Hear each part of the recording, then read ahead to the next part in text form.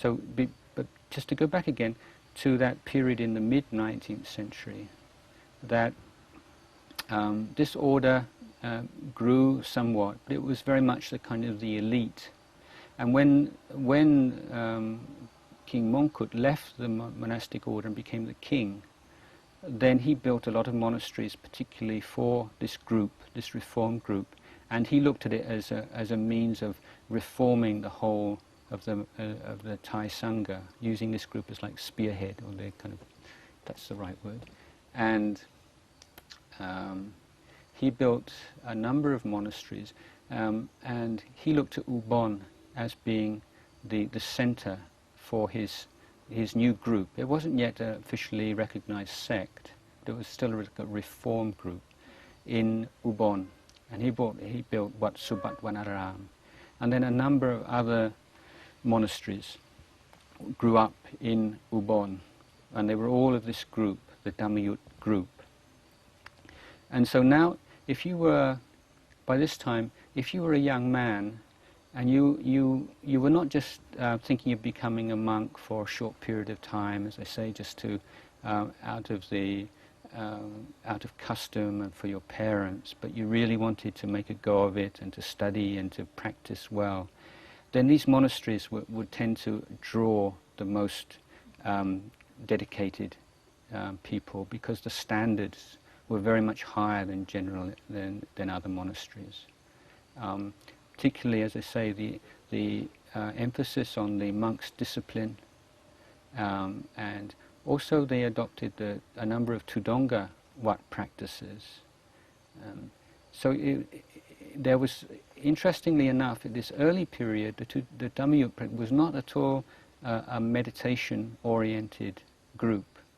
The two areas was really kind of what we call a Protestant group, trying to go back to the real teachings, and emphasizing the monk's discipline, academic study, and then some of the Tudonga Wat practices like eating out of a bowl, and certain regulations regarding wearing of the robes, and not using money was an important one. So many young men from Ubon were ordaining in this group, and one of these was Ajahn Mun, who was born in a little village right on the close to the banks of Mekong River, right in the eastern part of Ubon province. And he ordained in a monastery in Ubon city, and then he went to live with a kind of eccentric, not eccentric, but quite unusual monk called Ajahn Sao. So one of the distinctive characteristics of the Dhammayut group in Ubon was that there were a number of monks who were very keen on meditation. So and that wasn't really so true of the original Dhammayut group in Bangkok. And one of these was Ajahn Sao. So Ajahn Sao was Ajahn Mun's first meditation teacher and mentor. And this was where he, as I say, he imbibed this, what became the distinctive Dhammayut forest monastic style, and one which very much appealed to Ajahn Chah in turn. That's to say, one which stressed one, strict monastic discipline, and secondly, meditation. So before there'd been a lot of meditation, and there'd been groups with the monastic discipline, but this is the first time that at least we know that those two things came together. Until now, we just take it for granted. Oh yeah, the forest monks, the meditators, they're very strict in discipline. But that wasn't at all, the case before Ajahn Mun, as far as we know.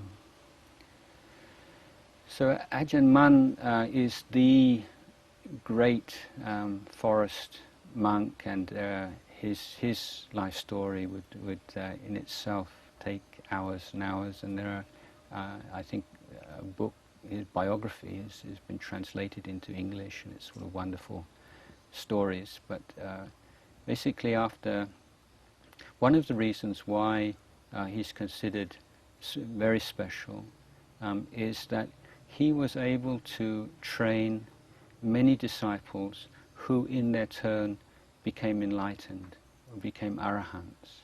So it's very unusual for even great teachers to have even more than one or two enlightened disciples, even that.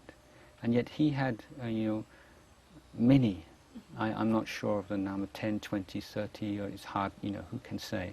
But certainly a remarkable number. It just seemed that kind of like a golden age when there were, in the early part of the 20th century, in the northeast of Thailand, there seemed to be many beings who had reached that kind of ripeness where their spiritual faculties were, they were ready to go that last stage and to realize enlightenment. And Ajahn Mun had the ability to recognize these people and to inspire them, to bring them in, to teach them, and to give them what they needed to fulfill their own spiritual journeys. And then they in their turn became the great monastic teachers and leaders of the forest community in following generations. And so Ajahn Mun had many inspiring qualities and his great psychic powers and so on and so forth. But one thing is that he, until he was in his 70s, he never spent 2 consecutive rains retreats, 2 consecutive years in one place. He'd been moving all the time. And apart from his own practice, he always had this ideal of sharing the Dhamma and teaching lay people as well. And so after many years in the northeast of Thailand, mostly up in, although he also was from Ubon originally, he, as I told you, and many of his disciples were, spent a lot of time in the northern part of Isan, the northeast. He went to Chiang Mai for a number of years, and then for the last 8, 9 years of his life, he came back to the northeast and settled for the last 6 years of his life in a monastery in Sakonnakhon province.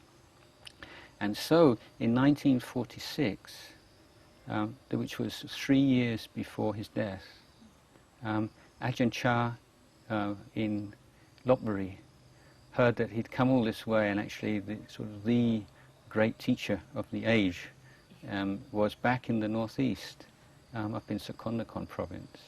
So at the end of that rains retreat, he started to walk all the way back and set off back to Ubon first to visit his family before walking up northwards to see Ajahn Mun.